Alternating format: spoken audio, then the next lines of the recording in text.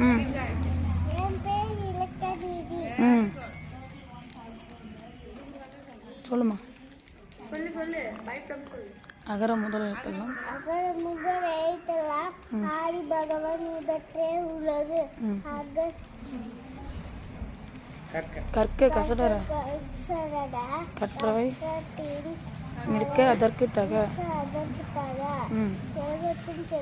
செவிச்செல்வம் அச்செல்வம் செல்வத்துள் எல்லாம் தலை.